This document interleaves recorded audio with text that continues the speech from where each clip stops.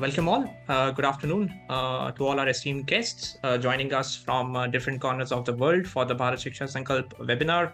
I'm Abhinav Sharma, your chief moderator for today, and it's my pleasure to welcome you to this vital conversation on cultivating global readers, the evolving role of education.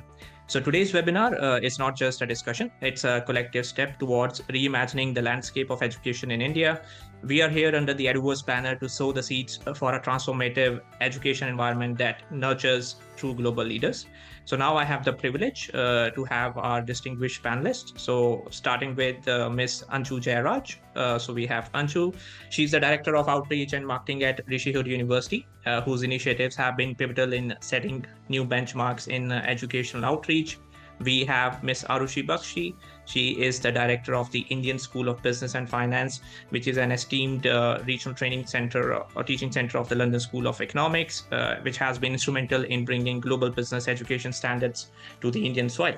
And finally, we have Mr. Neeraj Harlalka, who is the co-founder and CEO of Eduverse Education, which embodies the entrepreneurial spirit that drives the education innovation. Now, I see that our audience is also joining in. So as the audience builds up, just a quick address to the webinar audience, to our esteemed audience joining from different parts of the world. Your presence signifies your commitment to the evolution of education. So I encourage your participation through questions and insights, and you can use the chat box and the Q&A section of your Zoom platform to engage in this dialogue, which will be enriched by your contributions. Now, as I commence, I want to stress the significance of today's topic first, which is that cultivating global leaders. So education is not just about academic excellence. It's a comprehensive journey that shapes individuals into leaders who can navigate the complexities of a globalized world. At Eduverse, we are committed to fostering this journey to illuminate the path from classrooms to global forums. And then why Bharat Shiksha Sankalp initiative? So Bharat Shiksha Sankalp is our pledge to redefine education in India, to cultivate an ecosystem that doesn't just impart knowledge, but also grooms the stewards of tomorrow's world. Eduverse is our commitment to this pledge, providing a platform which is global in nature. So we are holding Eduverse summits in 4 different continents of the world. And the idea is that on Eduverse platform, the best of the best minds will converge to share, learn, and inspire. So now let's begin the session by inviting our first panelist, Anshu, to share her perspectives. So Anshu, over to you. So my question to you as a starting question of the webinar is that how does Rishihood University envision its role in shaping global leaders through its outreach and marketing efforts? All right. Thank you so much, Abhinav, for this opportunity as well. I think at Rishihood, we're an impact university, and we are imagining the entire platform as a place where we can develop impact across 3 levels. Number one, and when we talk about global leaders specifically, we're talking about people. So, how do we build that leadership capacity within them? The curriculum is being developed in a manner that it fosters on self-leadership, it fosters on mentorship, experience, and so on and so forth. Similarly, the second part, once you're building people as well, it's important to also ensure that the thought is aligned with what the challenges are across the world, and we can sort of create thought on problem solving as such.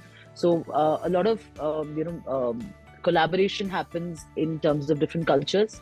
A lot of collaboration happens in terms of our partners also coming into picture. From a perspective that we are forcing students to get into, start thinking in a disruptive manner and in a very impactful manner as well. And the last one, I think, is for any student, or for that matter, I think any one of us as well working, if there is no large-scale impact that's happening at a community level, at the global level, then I think everything falls flat in terms of, what is the education, what is the sort of meaning that you're actually drawing from the education as well. So third impact for us happens within the systems thinking. We collaborate a lot with government initiatives, non-profits, a lot of other communities, local communities as well, to try and see that we can build an ecosystem where they are more empowered. So I think these are 3 areas that we're focusing on at Rishihood, and everything that we do with our students, the sort of experience that we want to give them is aligned towards the fact that they are able to have a professional impact, they're able to gain a personalized impact as well, mentorship for themselves. Often as institutions, we are very adept at creating leaders in terms of the academic rigor. So we create really good rigor for them. We also ensure that they're very skilled when it comes to their work, But at the same time, I'm not equipping them, or we're not really equipping them enough to handle life as such, at different stages of life. How do I manage my professional relationships? How do I manage my personal relationships? So I think that personal impact is important. And of course, the public impact, where they are entrenched with a lot of activities with the community, because that sensitivity needs to build across different levels and across different, stratas of society as well, for them to be more aware of how they can put their education to use.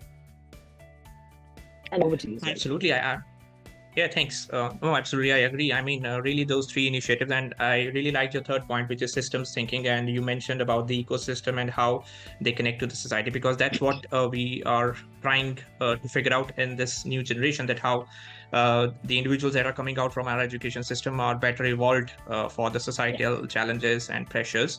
I'll come back to you, but now I'm moving to Arushi. So Arushi, you come from Indian School of Business and Finance. So with the global prestige of the London School of Economics, how does ISBF adapt its curriculum to foster leadership in an Indian context? First of all, thank you, Abhinav, for giving me the opportunity to be part of this platform.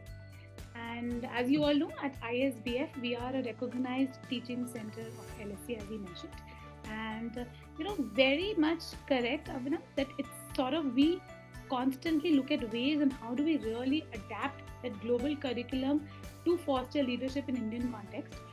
So even though we keep maintaining theoretical rigor of LSE courses, but we tailor the practical components to suit local realities, right? So the theoretical knowledge is identical to what is actually taught at LSE, which ensures that global standards are maintained. However, the application of that theory in practical learning actually varies according to Indian market dynamics. For example, let's say we talk about, like the domains that we have finance, economics, management.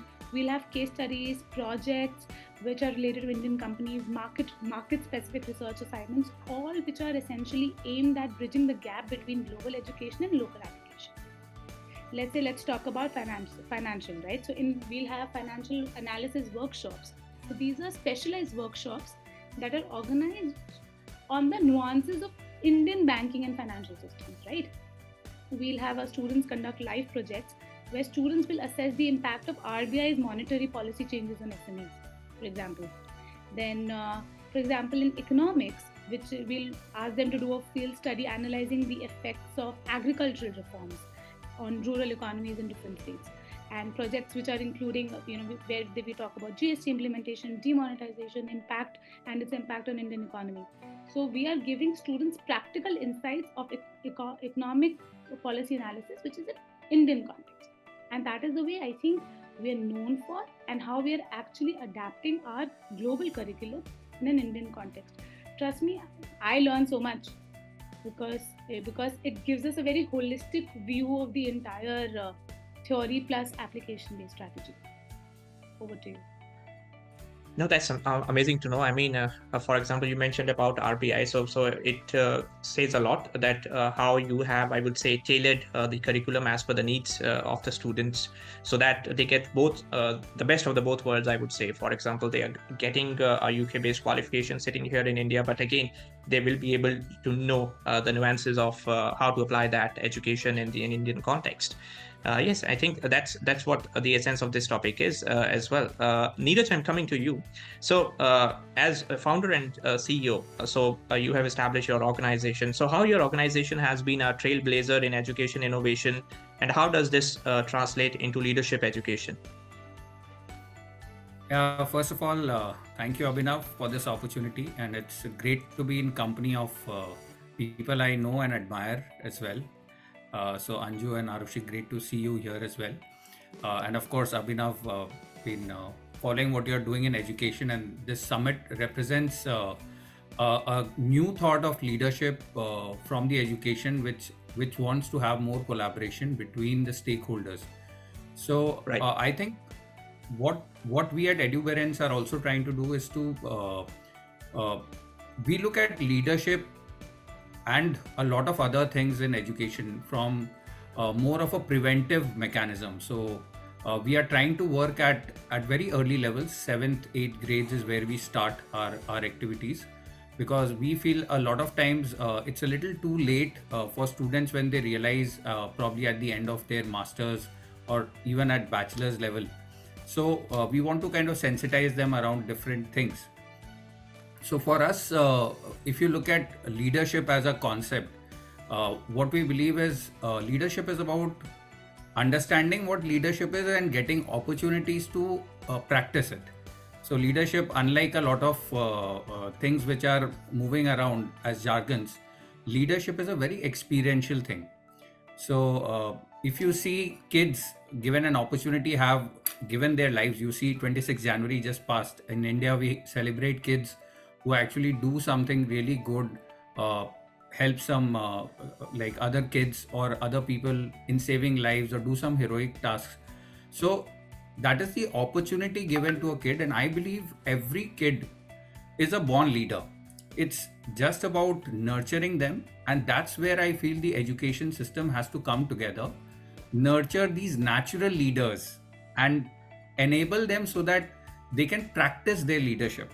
So that's essentially what we believe, and we are looking for more and more ways to give practicality to a lot of concepts which are very good. But these are kind of, leadership has to be experience. If you cannot lead, if you cannot do stuff, you will not learn leadership. You just cannot learn by reading other stories. So that's where I think amazing work is happening already. And we also are looking for opportunities to provide students those opportunities to work in leadership roles. Yeah. Back to you, Abhinav. Yeah. Yes, so I have a follow-up question actually, because I really loved your comment that leadership is an experiential journey. So you mentioned you start with the grade 7 and grade 8 kids. So I mean, you interact with them. So what difference do you see, let's say, if you would have interacted with the student in grade 12 and when you start interacting with the student in grade 7? So what is the usual difference in the mindset? So given choices and informed choices early on empowers students. That's something which I have felt, because a lot of times students do not know that they have opportunities for them, and when they come to know about it, it's really, for example, those who have not taken a particular subject may not be able to contribute in the field if they know about it after they have done their subject selection. So it becomes really difficult. So I think the confidence of students making informed choices remains with them throughout life. So they go for this aspect of anticipating what can happen. So the combination of anticipating things which can come up and the confidence which builds in early, because they are more aware, actually helps them lifelong. So that's one of the key differences I feel.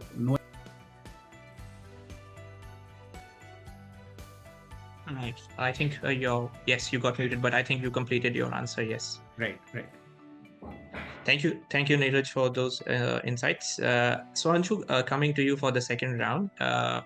And in the meantime, I'll request the audience, if you have questions for our esteemed panelist, please use the chat box or the Q&A section to drop your queries, and we will be happy to take them towards the last 15 minutes of the webinar. So Anshu, in what ways do you think that Indian universities, as a matter of fact, can leverage marketing strategies to highlight the evolving role of education in leadership development? I think, Abhinav, see, the question is, I agree with Neeraj that, once you have the student come into the entire, pool of consideration, I believe it's important for them to make informed decisions. And as university professionals, a lot of owners, because we are essentially the bridge for the students between schooling life, you have to, hone them well and ensure that they are also prepared for wherever they want, whether they want to become entrepreneurs, whether they want to join companies, whichever way. But informed decisions make a lot of difference. And when we interact with students, I personally meet almost 20,000-30,000 students every year across, different cities in the country or otherwise as well. And the questions remain common. I mean, whether it's India, whether it's Nepal that I'm currently logging in from, the questions remain the same, that, yes, you're telling us about an entrepreneurship program, you're telling us about a design program, all of this is great, but I'm in grade 12 and I really don't know what to do. I really don't know, where my passion lies. I don't know whether I've discovered that these are the things that I'll probably evolve into becoming a leader into as well. So I think as marketers or as university professionals, we must keep, and we keep, I think, discussing this in our groups as well, in our forums as well, that we need to keep the student at the center of everything. And at the end of the day, we're not really pitching in programs. I think the student today is smart enough. They are highly evolved. They know things much better than us. They have access to information. So it's all about just typing it on Google to find out which are the courses that they want to do. It's important to push them towards that research process. And, initiatives like what Neeraj is doing, or even for us at Rishihood, we do a lot of K-12 Connect. Our idea is not to go to a school where you are only getting a grade 12 student. Yes, on a short-term basis, it matters. You talk to a grade 12, maybe he'll take an admission, and likewise. But we're really not helping that child see it. It takes a long time, at least 4 years, for the child to understand what is his areas of interest. Are there career options that I can look at it? Is there something, larger, or should I just restrain it to keeping it as an interest area? So that process needs to go further. And a lot of initiatives we do at Rishihood, we offer students internships right from grade 9 itself. There are a lot of programs that we do with schools. We customize programs, learning calendars for schools as well, wherein give me an interaction, or it's not about giving me an interaction, but can I co-create a program for the students depending on what is their interest in? If I have a large ecosystem of students in a particular school which is interested in entrepreneurship, then I would want to build that entrepreneurial thinking with them while they're in school. Whether they choose to come to Rishihood or they choose to go to an ISBF or anywhere else, that's their choice, but it should be their informed choice. Because then wohi ho jata hai ki then you come down once you're in campus, and if it's a forced thing, because 10 people went to this college, I'm also going there. There is a point in your life that you start questioning as to why the hell did I come. So I think that's one part that we want to avoid, and all of those strategies that we sort of develop are also aligned towards that. In fact, interestingly, the word Rishihood means it's the state of your highest potential. So it's not necessary that you get that only at Rishihood University. You can go to any other place, but you should be able to identify the path towards getting there and continue your journey as well. No, absolutely. I think we all are educators here on this panel. So I think one thing that is common between all of us is that we do not take decisions on behalf of students, but rather we facilitate students to make informed decisions. And that's what the essence is, because at the end, the student must know the pros and cons, that why he or she is taking this career path, why is joining a particular institution over another institution. And that's what ultimately a leadership quality should be, that in life, when you go down the path, you might have to set up big projects, but then you should know that it's an informed decision, taking all the risks and potential into consideration. No, absolutely. And really, I really love the meaning of Rishihood, for sure. Okay, Arushi, so yes, yeah, welcome. So Arushi, what unique opportunities does ISBF provide that contribute to the global leadership landscape?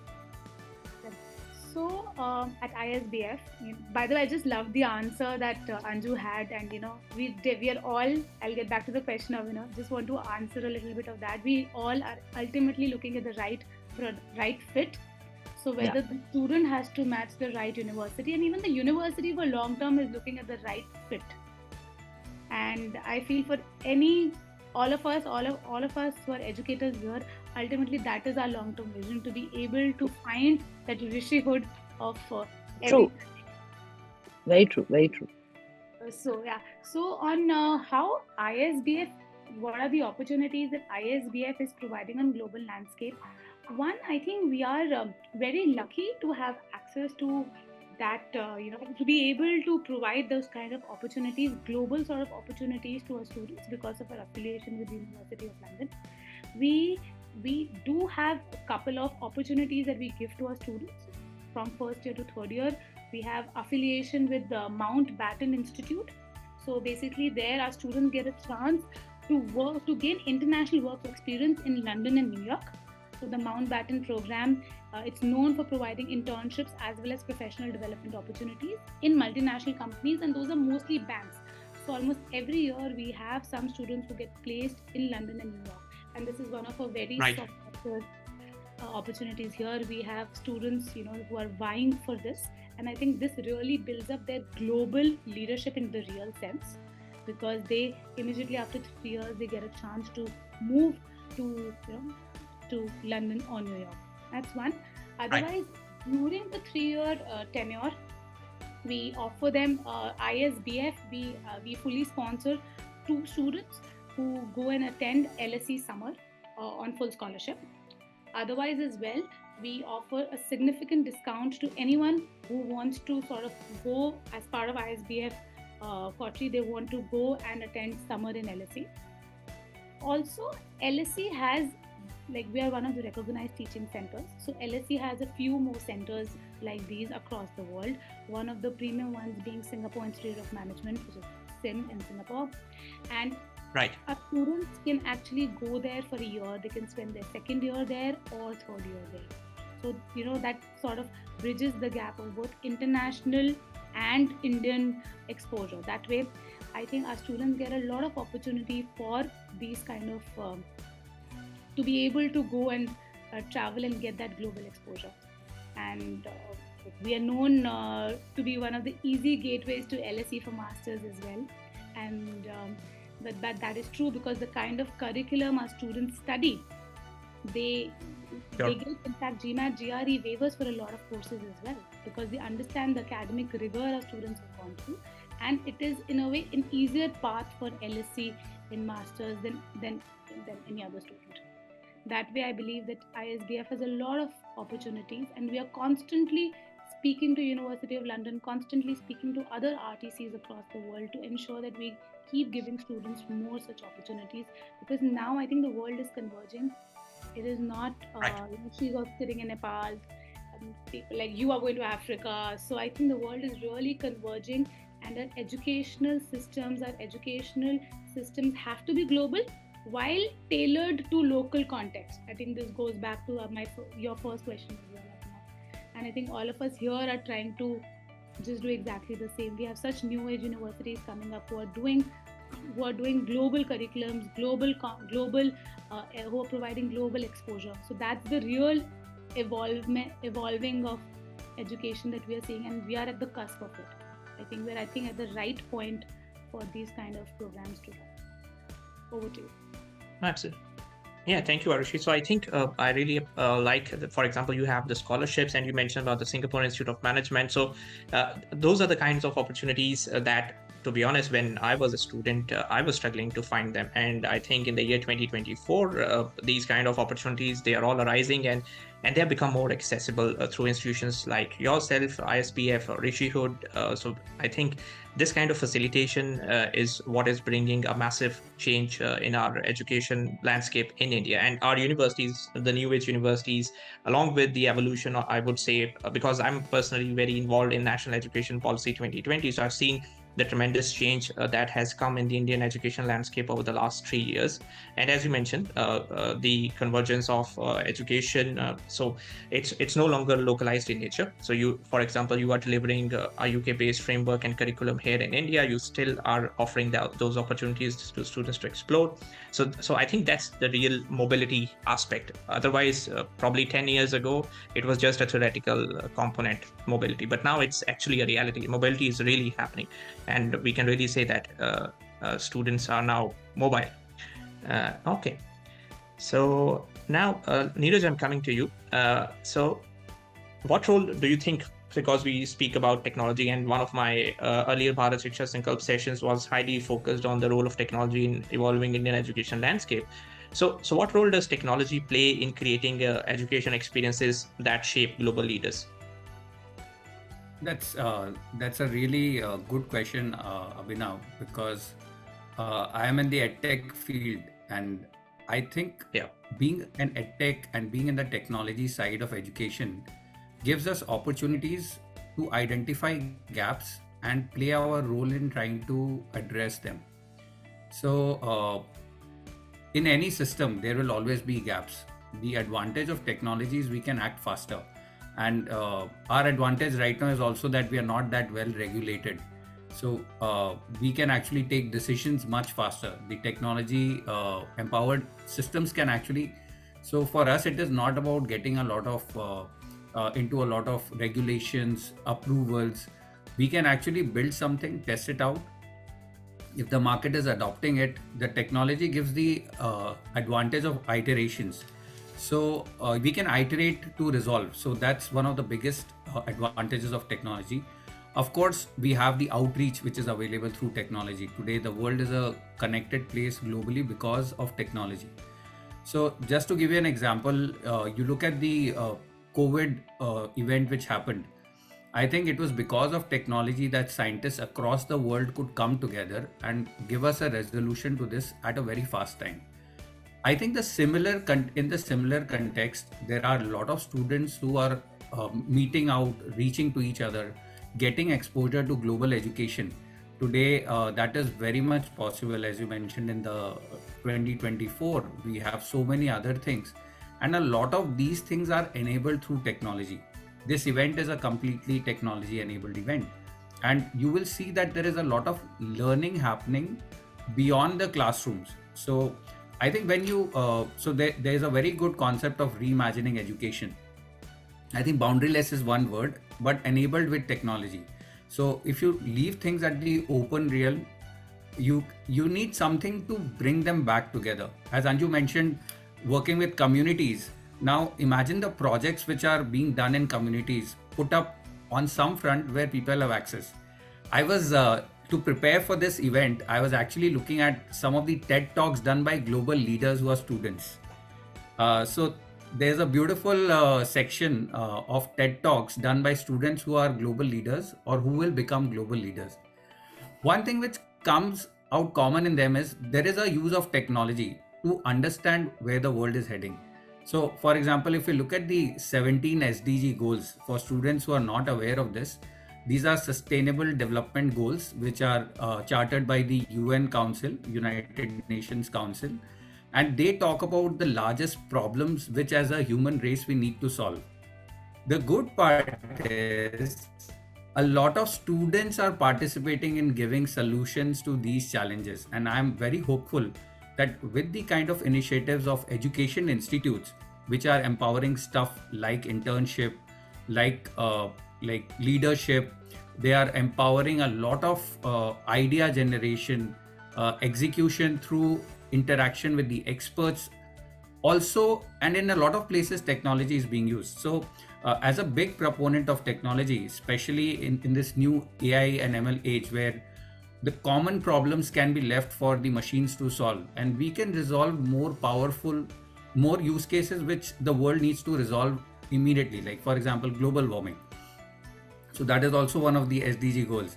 Now students today have the opportunity to use technology to look at solutions which are available worldwide, think over them, research, and try to create their own solutions in the education setup or outside it with collaboration. So I think everywhere it's become technology is all pervasive, but I think it is more of a tool to be utilized, and with the proper education framework, great institutions have to play a role. Events like these, educators like us, we have to play a role in because if you look at the 17 SDGs, even ICT is one of them. So enablement of technology is also a goal. So I think it is important to use technology, but for purposes which are not just maybe economic enhancement, but also larger purposes which are required. So I believe technologies can be very, very usefully utilized. Over to you, Abhinav. Yeah. No, absolutely. Yes, and I always believe that technology is an enabler to facilitation of education. And here at our end, at Bharat Shiksha Sankalp and Eduverse, we go by the tagline that we are on a goal to make education accessible to students everywhere and to go to the grassroots level. I believe that technological penetration is quintessential. And as you mentioned, COVID. So we all know that COVID acted as a catalyst. So whatever innovation could have happened in 2030, that innovation we saw in 2020 or 2021. And many companies, for example, this Zoom platform where we are sitting right now, this all boomed into a full-fledged platform. And to be honest, these kind of platforms and technologies saved the mankind. Otherwise, God knows what would have happened, being stuck in four walls of your home during those days. No, for sure. Absolutely. A fantastic answer, Neeraj. So, Anju, over to you now for the final round question. So, according to your experience, your personal experience, what outreach initiatives have proven most efficient in attracting and cultivating future leaders at Rishihood? Okay, so I think at the center of it all, when we are developing our outreach initiatives as well, is the fact that there has to be value that is drawn by anyone. I keep saying this, that for us at Rishihood, every interaction matters a lot. So if I'm talking to a parent, or if I'm talking to, or any of my team members as well, whether we're talking to a parent or a counselor or a student at any level, there has to be a certain value that they draw from us. It cannot be just the fact that, these are courses that align with you and you come in. So initiatives that are drawn within that have really, really proven to us very effective. For example, we on a yearly basis, we do about 2 boot camps on campus, residential camps, which are our winter camps and our summer schools as well. Idea is to also try and see that can we educate these students to see how they can integrate different disciplines together. See, it's very common, I keep giving this example to all of my students as well. When you look at a phone, if I have to go to the market with, selling a phone, I need to have knowledge from technology. I need to know what the features need to be. I need to have some knowledge, basic knowledge of marketing. I need to know about finances. I need to know psychology to understand, how my consumer is going to change. And this is, I think, even, this is even applicable. This sort of interdisciplinary thinking is necessary, even if you are in day-to-day situations. For example, if a child wants to go and ask his parent for, permission to go out for a night out with friends, there is a first level person, and if the dad doesn't agree, you go to the second level of influence with mom. Mom doesn't agree, you go to the grandparents. You are applying negotiation skills, you are applying psychology at every particular time of life. So if that interdisciplinary thinking is possibly done through courses, through certain initiatives that we do, that's the focus that we create. For us, it's important that students have 3 attributes when we are selecting them. And it's very core to us, irrespective of what backgrounds they come from. One, of course, is the curiosity. Because if you're not curious enough, you can't really appreciate a very combination-driven, flexible curriculum that allows you to go ahead and wander, figure out what works for you and develop an outcome for yourself, customize an outcome for yourself. So that curiosity is important. If you're curious enough to find out whether the water is cold or not, you also need to have the courage to go and put your foot inside. So that courage is necessary. How are students actually developing that quotient within them? How are things that they've done in the past that can reflect it? And at the end of the day, I think you should have fun doing whatever that you're doing. So that component of joy is important. So all of these initiatives, whether it's a summer schools, whether it's winter schools, some programs, some schools that we're working with right now, we're working with them to set up neuroscience labs within their campus with the help of our School of Psychology as well. And neurosciences is again something that integrates very well with multiple disciplines. Similarly, entrepreneurship boot camps. I was so surprised this year that we finished 2 rounds of our applications for 24, and students who've applied to our Makers program for our bachelor's business program. The number of ideas that are there. There is someone who wants to build a microsports center across the entire country because they're like, ma'am, grounds itna lamba nahi hai. We don't have so many, we don't have youth spaces, but access to good sporting activities should be there with every child. And these are 17-year-olds we are talking about. They are, these are kids who are already running NGOs. They're doing a lot of good work already. So I think our job right now within initiatives in terms of outreach is to facilitate these actions. So we're setting up labs. In fact, as we speak, just today morning, we were having a discussion with our School of Entrepreneurship guys that can we set up a 24/7, discussion hotline at whatever time in the night, 2:30, 3:30, someone calls up on that number and one of us is always there to listen to them and try and see brainstorm ideas. So can we do these things? And these have worked with us because then it creates a relationship with that child. And it doesn't matter whether the kid is, enrolling with us this year or maybe 5 years down the line, whichever way, public policy initiatives for that matter. We in fact run a program very closely with the NCST, with the National Commission for Scheduled Tribes. And we did a couple of workshops for them, a 3-month online, offline program. And I'm so happy that so many of them have now passed out their village sarpanches at their villages, they're running panchayats, they're running the system and they're actually doing governance that is meaningful. So I think these experiential activities are necessary. Yes, we do visit a lot of schools. We do talk to students, give them career counseling sessions and everything. But I think unless and until the child does not immerse with you and actually does it, whether it's in a maker space, whether it's an entrepreneurship boot camp, whether it's a design boot camp, can you come create something for sustainable infrastructures for someone who's living? In fact, this is just one bit of this is a student-led project that's happening on campus, and we are now extending this to schools as well. One of our students who comes from a very vernacular background in Kerala, that kid goes to the village right behind us, figures out that there are young kids who are wanting to carry water because it's their job, there's no other way out of it, and he's developed a vest for them so that the carrying of water can become easier. Now, this is very sustainable. It might be basics, but there's no one doing it. I think that seeding in is important, and that's the sort of initiatives we're taking in within outreach as well. No, that's amazing. I mean, this is what we have been talking about for the last 30 minutes. For example, universities like yourself, ratioed universities, and so whatever you mentioned, I mean, I'm hearing it for the first time. I'll accept it. NCST, the collaboration that you are doing at the grassroots level, because I think a lot of talent in our Indian villages, or probably down the line, tier 3, tier 4 cities, they are just reluctant, probably due to vernacular reasons. They don't have somebody to talk to. They can't really articulate their ideas or reach out. For example, you are talking about setting up a 24/7 hotline, because see, an idea can come to me at 2 a.m. Writing it down on a paper is not gonna execute that. So if there's somebody who can hold my hand, guide me through it, probably I'll be successful. Even if it's a rudimentary idea, who knows? It can tomorrow become $1 million company. So I think hats off to you for your leadership. I think you are doing amazing work, and we are happy to promote initiatives like these through our platform. But yes, thank you so much. Amazing work. Thank you so much, Abhinav.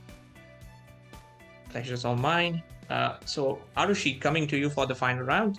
So how do you balance the global standards of LSC with the localized needs of Indian students? You mentioned about the initiatives in my second question, but I think if you can elaborate more, if there are other avenues. Sure. So I think it goes back. It's a multifaceted approach which ensures that the curriculum remains internationally relevant while it is tailored to the Indian context. We talked about how we really integrate practical aspects within our curriculum. We also do a lot of guest lectures and workshops, a lot of interesting internships, projects. So a lot of boot camps that actually Anju mentioned for design boot camps, entrepreneurship boot camps. But here we are doing it just to ensure that we are able to have that localized context. We encourage students to undertake internships, projects, NGOs, a lot of hands-on experience that actually helps and allows students to apply those global concepts to local scenarios, which bridges the gap between international standards and localized applications. Right? We have finance students, for instance, they work on projects which talk about the financial health of Indian SMEs. Management students might analyze the operational strategies of an Indian e-commerce firm. Then we have a lot of exchange programs and global exposure also that we talked about. We ensure that our teaching methods are constantly adapted, we include a mix of lectures, interactive sessions, group discussions that cater to different learning approaches. In fact, every year faculty from LSA comes down to India to teach different pedagogies to our own faculty. So that is the time we have an educators boot camp in a way where we figure out how to really ensure that we maintain those standards, while what are the different things we can do as a university to ensure that our student is well equipped with the Indian context as well. So yes, so from curriculum, internships, projects, and different type of events we're doing, where we for webinars, those are different activities which we integrate at every level. In fact, we'll start these kind of projects, research projects, before the child even comes in. So we have a virtual program, sort of a mentorship program, wherein once the student accepts, we will have a mentor assigned. We believe in small cohorts, so a lot of hand-holding will come throughout the entire process, whether that person is looking at going to masters or looking at, gaining more and understanding whether they want to stay in India, whether they want to go for masters abroad, what is the kind of internship they're looking at. So a lot of hand-holding goes, and we ensure that there's no gap between what is being taught and what is and the practical aspects of it in Indian context. So Right. All right. So that's, I really like the point. For example, you mentioned about allocating a mentor, primarily when the student has not even joined. So I think that facilitates or smoothens the journey, because we as educators, we know that students have their own inhibitions. I mean, they do decide the program and everything, but still they are reluctant to ask some certain questions, which probably they won't ask to an outreach person or professional. Parents won't have any clue. So if you have somebody who is at the peer level, and he or she is reaching out to the student to, I would say, calm down, make them, I would say, acclimatized to what they will be, I would say, introduced to. So that really makes a lot of difference, I would say. And these are the things, to be honest, which I think were not existent probably 10 or 15 years ago, but now they are being accepted, they are being normalized, and they are being integrated with the system, for sure. So I think Okay. the whole journey has to be ultimately mapped out, right from the start. Right. If the Neeraj is starting from 9th grade, even once the student joins the university, we have to ensure that they get the right awareness, they get the right resources that they really need. And I think Right, as a absolutely. university, that's our complete job, to be able to add value in their career trajectory. Absolutely, for sure. No, no. Okay, thank you, Arushi. Neeraj, coming to you. So you are a leader yourself. You are running your organization. So what key competencies do you believe are essential for today's global leaders, which education should address? Do you think, or do you see any shortcomings that we need to address? Oh, lots of them. But on a positive note, I would like to start with the 3 pointers Anju mentioned: curiosity, courage, and fun. I think that's an essential need for students to have, and education system to nurture them. I think fantastic role universities of the new age like Rishihood. There was another university I recently visited. So they have happiness as a value system. They want students to learn being happy, and I experience it myself, starting from the morning hearing of the sound bells and stuff like that. So it really kicks you off. Means I think once you have a nurtured place, so I think if you talk about the competencies or the mindsets which students need to develop, and even educators like us need to provide, uh, there are lots of gaps. Some of the essential things which I need today in this world, top being empathy. So I think students need to understand how to be empathetic. There's a good story by Simon Sinek. Like, he talks about how Nelson Mandela was considered to be one of the greatest leaders, not after he became the president of South Africa, but much before that.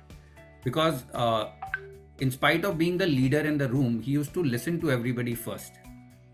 So being a patient listener, being a empathetic listener, I think that is also one of the key components of a leader. A lot of times we feel as leaders, or even people who are leading positions may not be leaders. There's a difference. There are a lot of people who are in leading positions may not be leaders. So I think the self-assessment skills are also needed in leaders to understand whether they actually are leaders.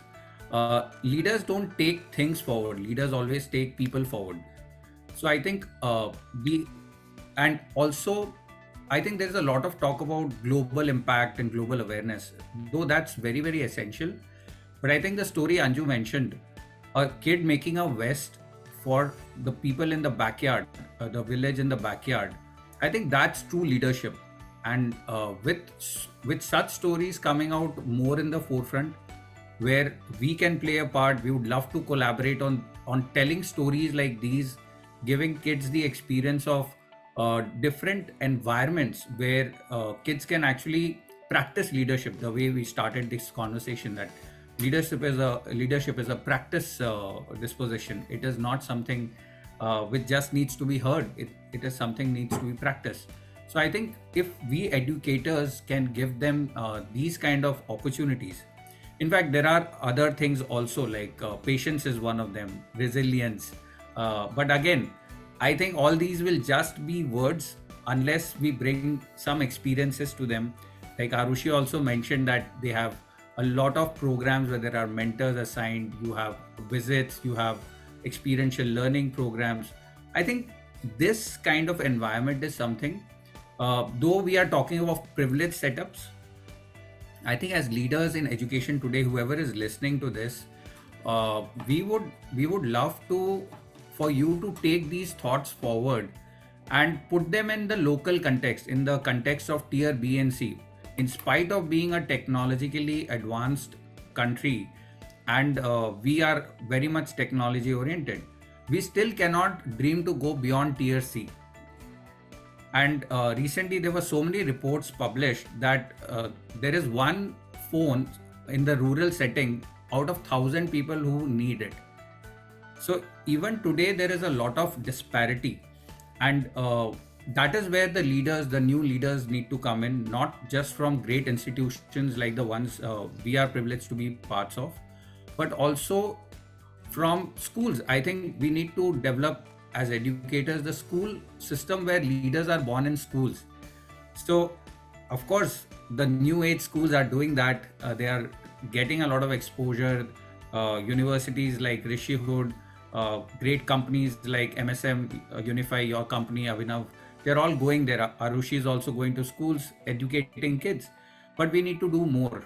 And that is where the educators who are at local villages, who are at remote locations, need to find a channel to interact with this ecosystem which already exists. So I believe once there is more channelization of the haves and the haves not, and we also have a bridging system where we can actually bridge the delivery, not just the concept. We need to also go that extra mile by bridging the delivery of the wonderful things that already exist. So I think and students can also play a part in that. Like one empowered student can train the whole batch. We've seen so many examples of that one kid who has learned something good has gone back to the village, has trained others. In fact, one of the India's most successful companies, Zoho, is a brilliant example of how Wembu has actually made it a worldwide company, but is operating from his village, so that the villagers near him have access. So I think these are the kind of real leadership stories. I think Ratan Tata has been one of the global leaders from India, and he's also got a very local kind of an outlook. So he wants to start Tata Nano. Of course, it's now in Gujarat, but earlier he wanted to start in Bengal, in one of the remotest part of the country. So I think these are the kind of initiatives, not just educators, but also as people with privileges. I think we can call ourselves people with privileges. We need to sensitize just not ourselves, but also people around us. And I think other things are there given. We just need to give them environments to practice it. Yes, Avinav. Yeah, back to you.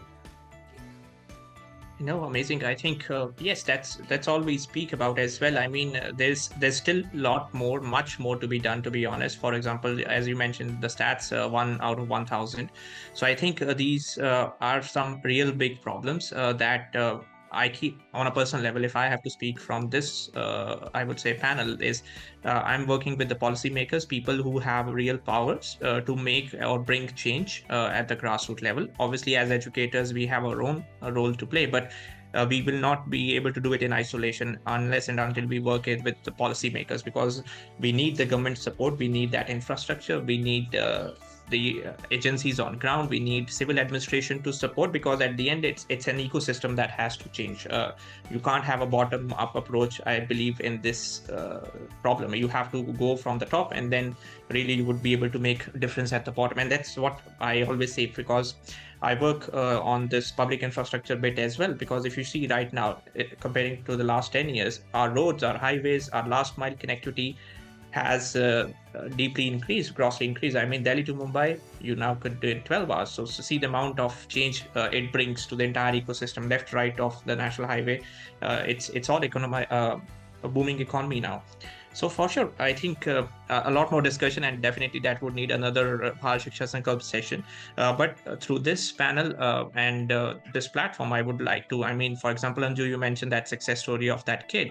So I think if you guys have such similar success stories, and my voice, whoever is listening to, if you have such stories to share, please feel free to reach out, and we will be happy to amplify those on this platform for sure. So now we are about 10 minutes away from our closure. So now we'll just go to the closing remarks, and I request to the audience, if you have any questions, please feel free to drop in by chat, or you can email it to us if you are going to the live stream version. Okay, so I think I can quickly go to the closing remarks, and then I'll come to you guys as well for quick 2 minutes remarks from your side. So as we draw our enriching session to a close, I would like to extend my deepest gratitude to our distinguished panelists, Anju, Arushi, and Neeraj, for your invaluable contributions today. Your insights have not only illuminated the path for nurturing future leaders through education, but also highlighted the pivotal role that institutions and individuals alike play in this grand tapestry of learning. As an executive director of this platform, Eduverse, I'm reminded today the weight of our responsibility and the potential of our impact. Together, we are not just educators or policymakers or leaders, but we are also the architects of tomorrow, crafting the keystones of a world where education is the cornerstone of progress and leadership. I'm coming to you, my co-panelists. So over to you, Anju, for a quick closing remark, and then we'll move to Arushi and Neeraj. I think, Abhinav, my only request from educators across whoever is listening to us is, let's try and foster a culture where we are pushing our students to get into disruptions, innovations without fear, because I think fear becomes a big factor when you come and tell them that this is stressful. I firmly believe that hard work doesn't need to be stressful. You need to do hard work, but you need to do meaningful work as well.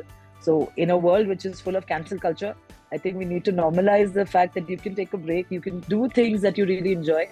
And as educators, we need to give that environment to them. So whatever we do, whether we do outreach, whether we're doing academic delivery, whether we're helping them with their careers in the future, that resonance with respect to the fact that you need to have lifelong learning, and you need to be prepared for life, not just for work or to earn money, without really stress, without stressing yourself. I think that's important, and that's the only message that I would have for educators.